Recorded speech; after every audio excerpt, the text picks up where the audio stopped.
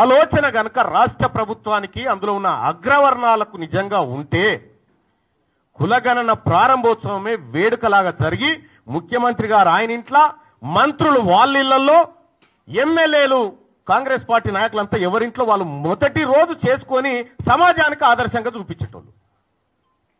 గతంలో 2014లో కేసీఆర్ గారు సర్వే చేసినప్పుడు దుబాయ్, బొంబాయి ఎక్కడున్నాడు గుడికొచ్చిండు. అంత పకడ్బందీ ప్రచారం చేసిరు. కానీ ఇవాళ తూతూ మంత్రంగా సమగ్ర కుటుంబ సర్వే అయిపోయే టైంకి, పీరియడ్ ఎండ్ ఏది మొన్న చేసిన సర్వే అయిపోయే టైంకి ముఖ్యమంత్రి గారు పిలుచుకొని ఏదో తూతూ మంత్రంగా ఇచ్చినట్టు చేసిండు. ముఖ్యమంత్రి గారికే గంత నిర్లక్ష్యం ఉన్న తర్వాత మంత్రులకు నిర్లక్ష్యం ఉండదా? కింద క్యాడర్కు నిర్లక్ష్యం ఉండదా?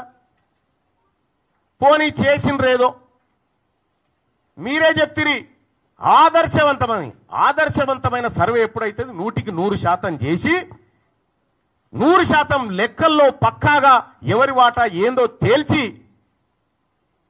సర్వే బయటికి వస్తే అది ఆదర్శవంతమైంది అంటారు.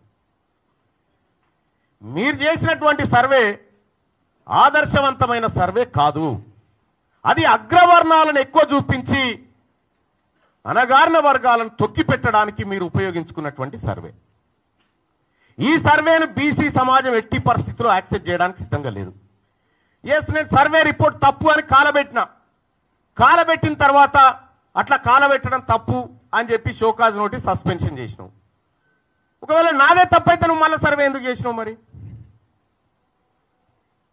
తీన్మార్ మల్లన్న చేసిందే తప్పైతే మళ్ళీ సర్వే చేయాల్సినటువంటి అవసరం ఎందుకు ఏర్పడ్డది? ఇక్కడ సర్వేలో కూడా క్లియర్గా ఫస్ట్ ఏం చెప్పినాం మనం, 3,54,000 ఇండ్లు ఇంకా సర్వే చేయలే, 16 లక్షల మందిని చేయాల్సి ఉంది అనేటువంటి మాట చెప్పినాం. వాళ్ళు ఎందుకు చేయలేదంటే అయిష్టంగా ఉన్నారు అనే మాట చెప్పినాం. అయిష్టంగా ఉన్నోని దగ్గరికి మళ్ళీ మన ఎమ్యూనరేటర్ని పంపన్నా, లేకపోతే అయిష్టంగా ఉన్నోడే మళ్ళీ మన దగ్గర రావన్నా? నేను ఒకటి అడగదలుచుకున్నా. ఇక్కడ 3,54,000 ఇండ్లను మనం ఇంకా సర్వేలో పాల్గొనలేదని చెప్పినాం. 16 లక్షల మంది అని చెప్పినాం. ఈ 16 లక్షల మంది అన్న సంగతి మీకు ఎట్లా తెలిసింది?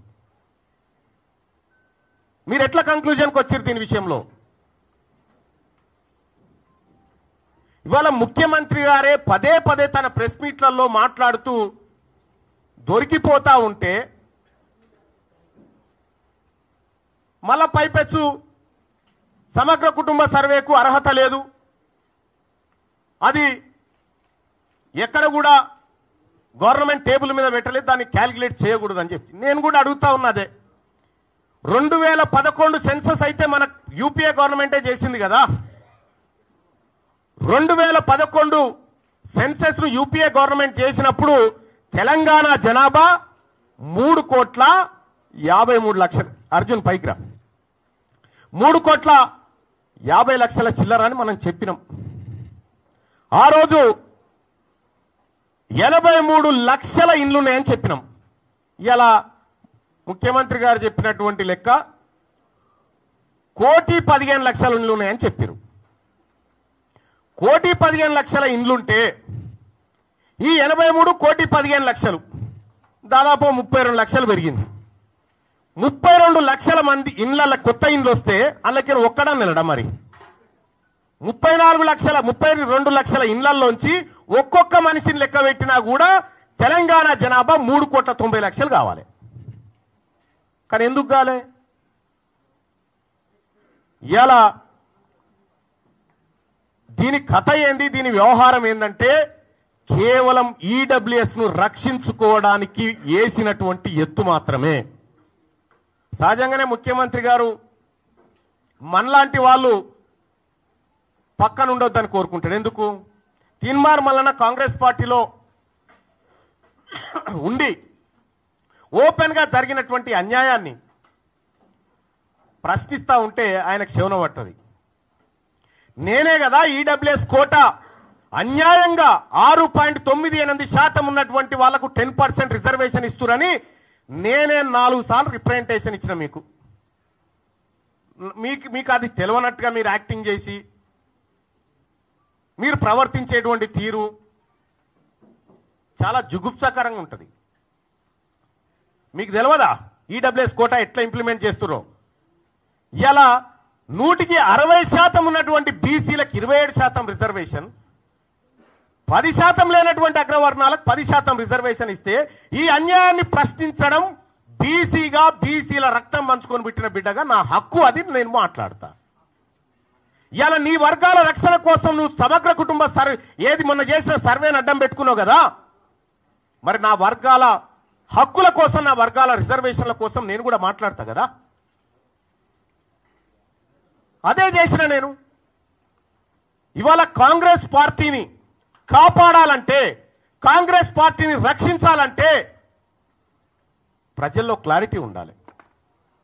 మనం సర్వే చేస్తే 90 ఏళ్ల తర్వాత సర్వే చేసినా మీరు చెప్తే సప్పట్లు కొట్టేటోడు లేడు, పాలాభిషేకం చేసినోడు లేడు. నీకు బీసీ వర్గాలు ఎవరు నమ్మలే. పైగా మొన్న మాట్లాడి నన్ను దోషిగా నిలబెట్టిరు, విలన్ చేసిరంటే విలనే అంటారు. ఆ విషయంలో విలనే అంటారు. ఆ విషయంలో మీరు చేసింది పక్కా సమాచారం అయితే, పక్కా సేకరించిన లెక్కలే అయితే ముఖ్యమంత్రి గారు ఆ సర్వేకు మీరు బాధ్యత వహిస్తారా? నాది బాధ్యత, దీని మీద డిబేట్కు నేను రెడీ అంటే ఎక్కడికి రావనో చెప్పు, నేను ఒక్కరిని వస్తా, నీ సర్వే తప్పని నిరూపిస్తా. నేను కూడా సూచనే చేసిన మీకు, ఆ రోజు సరిదిద్దుకునే అవకాశం ఉంది, ప్రయత్నం చేయండి, తప్పు కాదనేటువంటి మాట చెప్పిన.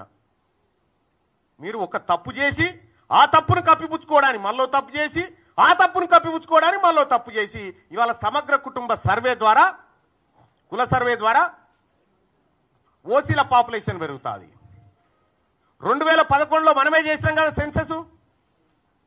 ఆ రోజు తెలంగాణ రాష్ట్రంలో ముస్లింల జనాభా, మొత్తం ముస్లింల జనాభా 44 లక్షలు ఉంటుంది. ఈరోజు అదే 44 లక్షలు ఉంటుంది. ఇది ఎట్లా సాధ్యం? ముస్లింలు ఎవరు పిల్లల్ని కానలేదా? మధ్యలో సమగ్ర కుటుంబ సర్వే వదిలేద్దాం, కేసీఆర్ చేసింది. మన సర్వేలే కంపేర్ చేస్తేనే ఎక్కడ పొంతం లేదు కదా. మరి అటువంటి అప్పుడు ముఖ్యమంత్రి గారు, మీరు బాధ్యతాయుతమైనటువంటి పదవిలో ఉన్నారు, ఈ బీసీలకు న్యాయం జరిగే విషయంలో ఏమైనా పొరపాట్లు జరిగితే మళ్ళీ సరిదిద్దుకోండి అని చెప్పి సూచన చేస్తా ఉన్నాము. మళ్ళీ సరిదిద్దుకుంటే తప్పేమీ కాదు. ఇవాళ తీన్మార్ మల్లన్న సర్వేను వ్యతిరేకించిందంటే నేను ఒకే ఒక్క కారణం అని చేరేటప్పుడు కూడా చెప్పినా, మా తలలను లెక్క పెడతా అంటుండు, క్యాస్ట్ సెన్సస్ చేస్తా ఉంటుండు, మాకు 42% రిజర్వేషన్ ఇస్తా అంటుండు రాహుల్ గాంధీ గారు అని చేరినాం.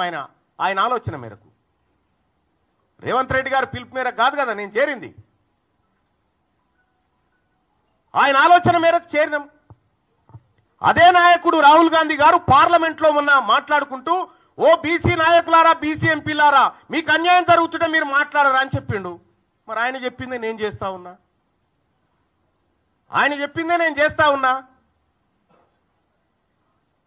చేస్తున్నటువంటి సందర్భంలో బీసీ ఉద్యమం బలపడతా ఉంది, బీసీలందరిని ఐక్యం చేస్తా ఉన్నారు, దీన్ని ఎట్లయినా అణచివేయాలనేటువంటి ఒక కార్యక్రమం చేస్తా ఉన్నారు.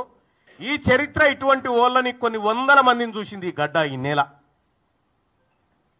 అందరం ఎంతకాలం భూమి మీద బతకడానికి రాలే. ఇవాళ మనం ఒక పని చేస్తే తరతరాలు గుర్తుండాలి. గా బీపీ మండల్ గారు చేసిన పని, గా జయశంకర్ సార్ చేసిన పని, వాళ్ళు చేసిన పని తరతరాలు గుర్తుంటది. ఇప్పుడు మీరు పని చేస్తే మీ మంత్రులకే మీ పేరు యాదకొస్తలేదా? అందుకోసమే ముఖ్యమంత్రి గారు ఇది మిమ్మల్ని పరిపాలన చేయమని అప్పగించినటువంటి సందర్భంలో మీరు తీసుకున్న నిర్ణయం తప్పని చెప్పిన. తీన్మార్ మల్లన్న తగలబెట్టింది కులగణన సర్వే రిపోర్టు తగలబెట్టిన నేను. ఇలా తీన్మార్ మల్లన్న ఏం చేసిండో